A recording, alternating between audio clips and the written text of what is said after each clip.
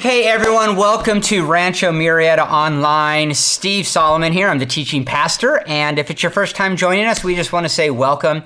We are continuing today our new series that we just started last week called The Comeback. And over the past year, I'd say one of the main setbacks that I've seen is in families, and the way that families have been impacted by a multitude of things. The global pandemic, without a doubt, as well as the volatile political climate that we find ourselves in. So many things are affecting the family in our current culture.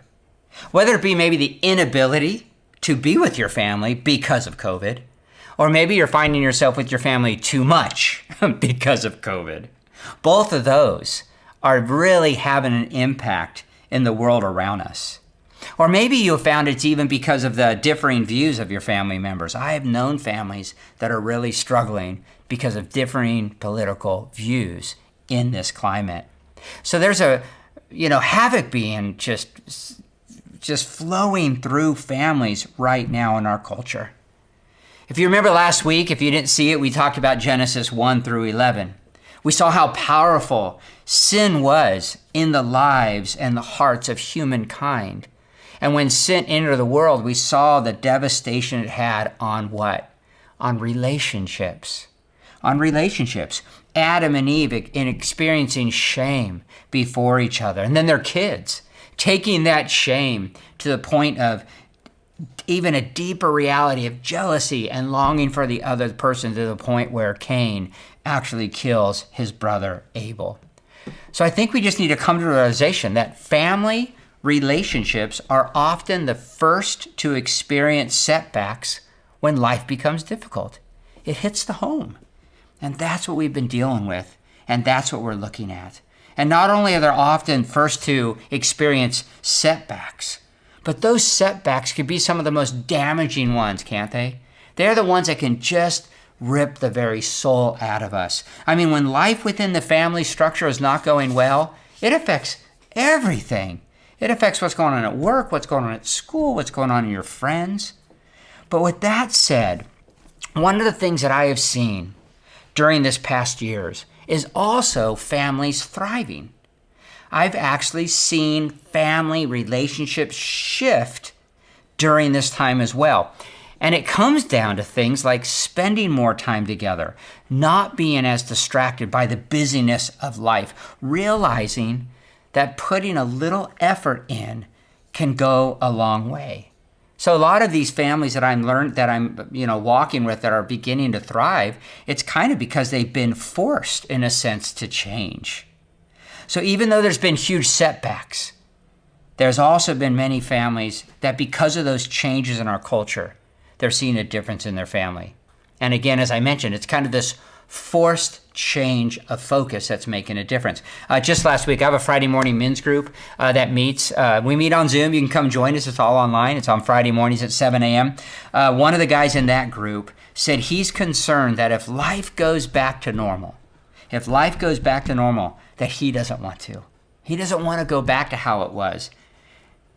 Because right now, he's finding so much focus on his wife and their relationship. And he knows that before this all happened, man, they were at times felt like two ships passing in the night, right? So he's working towards, okay, when he has to go back, she's got to go back. How are they going to keep this going? So many of us, maybe you listening to me today, maybe one of your greatest 2021 comeback desires is for your family relationships. It's for you to focus a little bit more there. Maybe that's where you feel like you've experienced some of the greatest setbacks in 2020. Maybe it's just exposed problems that you were hiding, and those problems have now been exposed. So here's my question for today. Is it time to direct your attitude and action towards a comeback story in your family? Is it time? Is it time to think about that? For some, that might look like trying to get back to what you used to look like long time ago. Oftentimes when I meet with people, tell me a time when your family was thriving. And oftentimes they can remember those times and they can have a vision of what it could look like. But maybe for some of you, it's about getting your relationship and your family to a place it's never been. Oftentimes, I meet with people that don't have that. It's been from their dating time through their first year of marriage to now 15 years later. It's always been a struggle. So wherever you might find yourself, is it time right now for your focus on a comeback story to be with your family? Well, one of the first dynamics family stories we see in the Bible early on is a story that there's a breakdown in the family. There's a breakdown in the family. It's a story that's found in Genesis, and it's a very famous story, okay? I mean, maybe throw out some ideas about this story, see if you can figure out which one it is. There's countless movies that have been made about this story. From Ben Affleck actually voicing the main character in an animated version, to, of course, VeggieTales, and VeggieTales covers it in a Western-type theme, only like they can do. And you can't forget the ever so popular musical comedy about this story, where the music was made by Andrew Lloyd Webber. Have you guessed the story yet? Do you know what I'm talking about? It's the story of Joseph and his brothers found in the book of Genesis. The multicolored dream coat, right, of Joseph. And it's a comeback story of epic proportions, because within the story, there is setback after setback after setback in this young man's life and in this family's life. Let me just give you an overview, because in the biblical narrative of the story, it's really about rescue and salvation. It's a story of a young man, Joseph, that is sold into slavery from his brothers. He was the youngest of these brothers, and they didn't like him, and so they sell him into slavery. From that point, he goes just on one adventure after another. He thrives where he first lands in this time of slavery with Potiphar, and he becomes the head over Potiphar's whole home. And then from that point on, just a few years later, he ends up being deceived by Potiphar's wife, ends up in jail for a few years, and in jail he thrives. And he becomes someone that oversees all the prisoners. From that point on, he sits in jail for quite a while, to where he finally comes out, and in Egypt, he ultimately becomes the head over all of Egypt, where his brothers come during a famine to seek food, to seek help, not knowing that their brother is now the head over all of Egypt.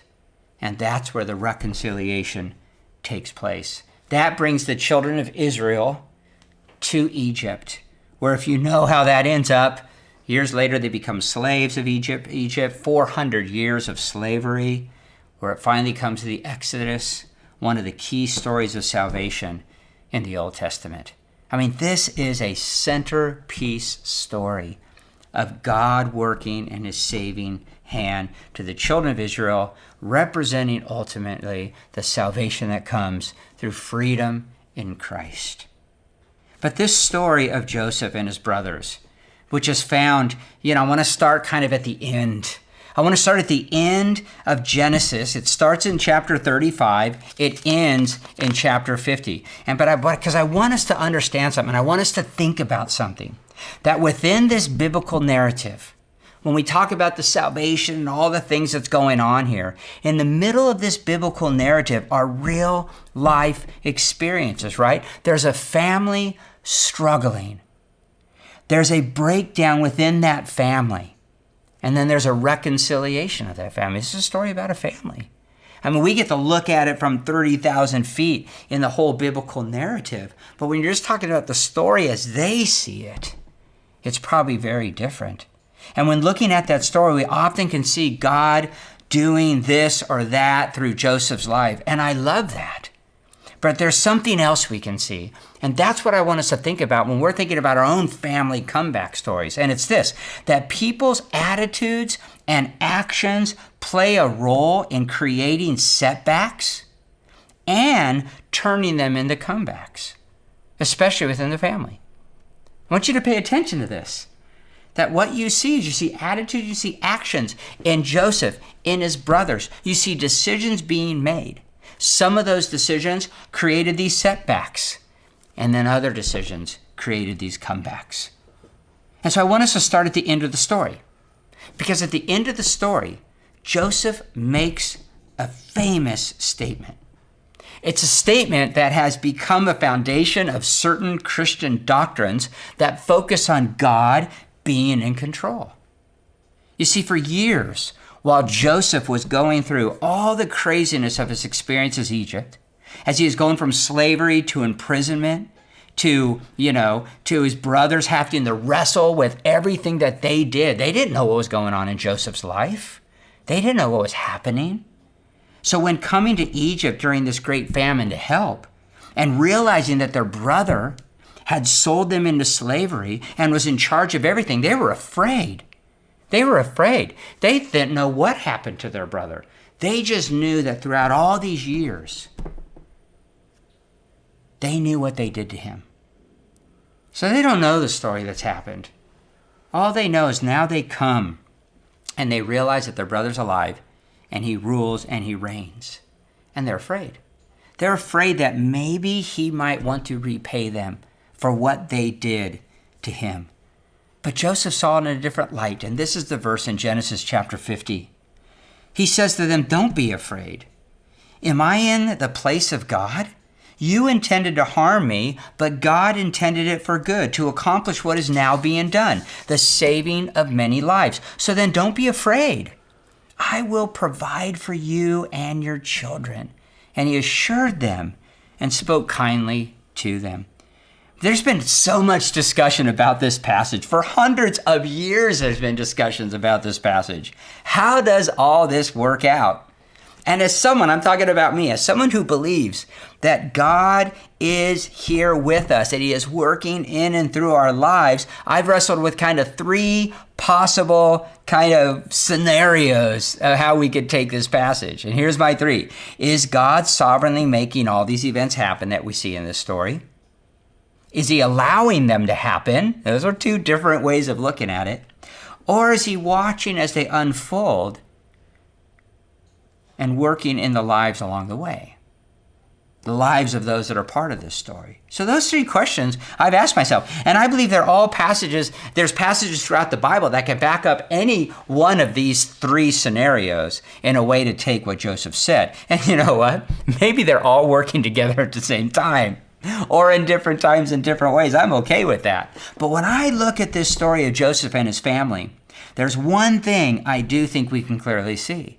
That I believe that Joseph and his brothers, that is, their attitudes and their actions played a role in all that happened from the beginning to the end.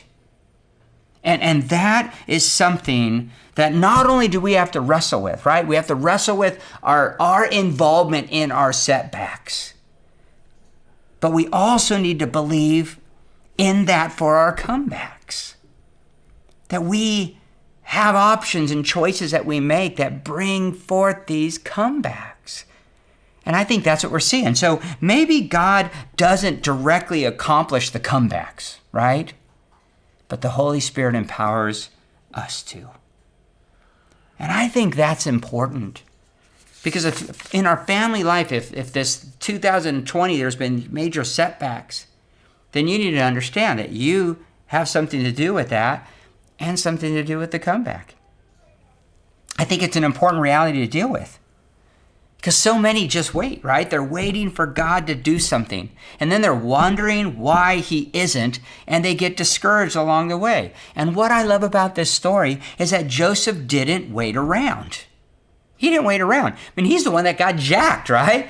He got first thrown into a hole. They're going to kill him. They're going to leave him there afraid he's going to die. So they sell him into slavery, and he just has one issue after another take place. But what does he do? His attitude and his actions, I believe, is what got them to finally, in Genesis 50, for him to be able to say what he said. I mean, listen to the impact that Joseph made wherever he was. His first place was in Potiphar's house. That's where he became a slave. And look what Potiphar says about him. It says, Joseph found favor in his eyes and became his attendant. Potiphar put him in charge of his whole household and entrusted to his care everything he owned. This is a slave boy, right? This is the kind of young man that Joseph was. He didn't just sit there and wallow and wonder. he went into action. He had a certain kind of attitude. And if you know the story, Potiphar's wife takes a liking to him, tries to seduce this young man, Joseph, who said he was very handsome and a great worker. Joseph refuses. So instead, she says he tried to go after her, and that ends him up in prison. So now he goes from having this, okay, good thing, overseeing everything, to being in prison. What happens in prison? The same thing. But while Joseph was there in prison, the Lord was with him. He showed him kindness and granted him a favor in the eyes of the prison warden. So then the warden put Joseph in charge of all those held in the prison. And he was made responsible for all that was done there. Check this guy, man. Now he's in charge of everyone that's in prison. And the warden paid no attention to anything under Joseph's care. He could just let it go. He was trustworthy. He was honest. He took care of business because the Lord was with Joseph and gave him success in whatever he did. He ends up in prison for a few years. He understands some dreams. Someone says, we're going to tell when we get out about this dream. They forget about him. It says he's in there for 2 more years till he finally comes out. He tells a dream that Pharaoh has and tells him his dream. Talks about a famine that's going to come. And Pharaoh just learns to trust him right away. And at the age of 30 years old, he becomes the overseer and in charge of all of Egypt. This is an incredible young man. So when it comes time and his brothers come to Egypt to find food and help for their family, Joseph had already spent years with a certain attitude. Years of making a certain kind of decision that got him to that point. And I think it was a struggle for him. The story, you got to read it. You can read, Joseph's struggle with his brothers. He messes with them. He gets them. They don't know it's him. I'm sure, and I can only imagine there were moments where revenge might have sounded really good, especially with what they did to him. But that wasn't the type of person that he was. And it resulted in an incredible comeback story with his family, from a broken family to reconciliation. So if your family is where your focus is for this comeback story in 2021, that's where you're at. I want us to consider just 2 realities that I believe can truly help. Realities that I saw as I read over and over this story of Joseph and his brothers. And it's this, that we have to see our part in the setback, and I believe in our part for the comeback. We got to see that. We got to understand that if there's a setback, that we all had something to do with that, right? Even if we want to blame everything else around us, how we react to what goes on around us, that's on me, that's on you. You see, when Joseph ticked off his brothers, he did seem to have a little pride. He was the youngest, and he had this pride in his position. He was his father's favorite, and he made sure that they knew about that. He heard from God that I'm going to rule over you, and I'm going to make sure I tell my brothers that. And that didn't sit well with them. Joseph did play a role in them turning on him. And I do believe, maybe it was a small role, and what happened to him, it's not what he deserved in any way, but it was a role. And their jealousy took over and enraged them against him. Not justifying what they did, but you know what? In that day and age, with how important it was for your generations and the older son and the younger sons and how that worked, I definitely think we can understand their struggle. You see, pride and jealousy can create setbacks within our family, and it can keep us from moving beyond them. And that's what we see. We see pride in Joseph. We see jealousy in his brothers. We see some pride in his brothers. I know maybe some of you are saying, yeah, but you don't understand my situation. You're right. Maybe I don't understand your situation. I know I don't know your situation. But I have found when I consider the relationships that are struggling in my own life, especially within my family, I seem to always be able to find some pride or some jealousy in my own heart that I have brought to the table. I deserve better. Or why did they get to do that and I didn't get to do that? Why do they get their way all the time? Or how dare you challenge me in this way? Whatever it might be that causes this tension, that has caused the setback, I want to sit there and think about what pride and what maybe jealousy is in my heart that's a root of it, at least for me. And even when I determine that maybe I only play a 5 or 10% role in the problem, I really do try to believe that I still have a say in the solution. I still have a say in the solution. Because here's the second part, is that humility and forgiveness can empower a comeback in your family. Read the story of Joseph. Go to Genesis 37 and read all the way to 50 this week. And in that, you will see jealousy and pride, and you will see humility and forgiveness. When his brothers come to Egypt, they are so humbled. They even know, they don't want to talk about what they did to their brother. They seem to know the weight of what they did. And there's a humility. And Joseph shows them forgiveness. He also shows some humility. I mean, he understands. And these two traits are all over the story. And these are two traits that I believe can take any family that could move from potentially like this setback to a comeback. In Colossians chapter 3, it says, "Therefore, as God's chosen people, holy and dearly loved, clothe yourself with compassion, kindness, humility, gentleness, and patience." And you focus on these things. These are the heart. This is the attitude that could begin to help you make some different decisions, begin to help you see what you bring to the table. Bear with each other. Forgive whatever grievance you may have with one another. Forgive as the Lord forgave you. Remember, all these stories in the Old Testament are these examples of Jesus. They're kind of these everything's talking about the ultimate forgiveness, the ultimate salvation, the ultimate life, the ultimate humility put on display, the forgiveness put on display.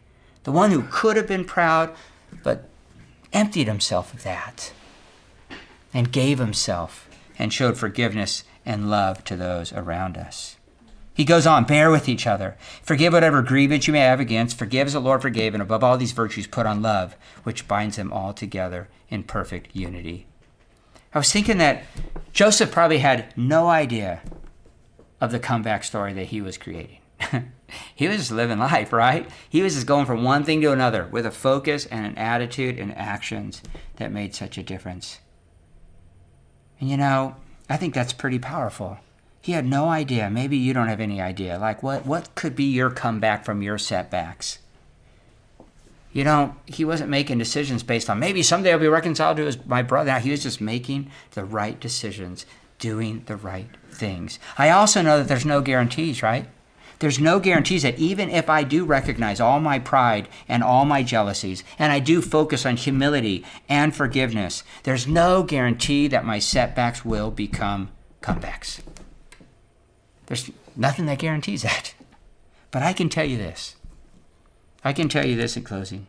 If you just wallow in the situation you find yourself in, if you blame everyone else, and just do nothing, your comeback story probably will never happen. It'll probably never happen. But if you can seek God, and ask Him to help you be able to see your own pride and jealousies and maybe how you did have something to do and where that was in your circumstances, and you can ask for strength. You can ask for strength to show humility and forgiveness towards whoever in your family there's tension that you need to have a comeback story with. You just might experience that comeback story. A comeback story that you never could have imagined. Like I'm sure Joseph never could have imagined what was going to happen. You can have that comeback story. A story that you never could have imagined, and begin to see that what others meant for harm towards you, God intended for good, just like Joseph did. I hope that your family might be one of your main focuses in 2021 for a comeback story. I don't care what setbacks you might have had. Know that you can make a difference moving forward because God is with us, empowering us and moving us. And I hope that that might encourage you today. Hope you guys have a great day. Come back next week as we continue and look at Job next week. Oh man, what a story. Have a great day.